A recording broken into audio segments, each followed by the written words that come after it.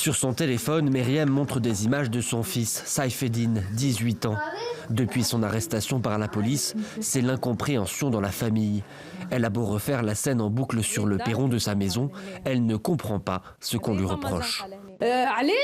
Pourquoi ils ont poussé la porte et emmené mon garçon de cette manière, de l'intérieur? S'ils l'avaient trouvé dehors, ils auraient eu le droit de l'emmener. Ils auraient eu le droit de l'emmener s'il avait été dehors. Mais de l'intérieur, c'est ça un pays de justice? Excusez-moi, mais c'est un pays d'injustice. L'injustice, je l'ai vue de mes yeux.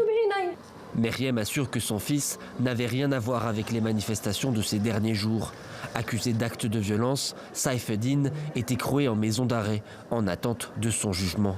De nombreuses familles, soutenues par les associations de défense des droits de l'homme, se sont rassemblées devant le tribunal de première instance de Tunis pour dénoncer ces arrestations arbitraires. Ce qu'on a comme chiffre là maintenant, en termes de tendance, d'après les informations qu'on a et aussi de ce que nous avons comme information de couloir, c'est au niveau de 1000 personnes qui sont un petit peu éparpillées partout et dont 30% sont des mineurs, des enfants. Des mineurs jugés sans leurs parents et envoyés comme leurs aînés au tribunal sans même avoir pu voir un avocat.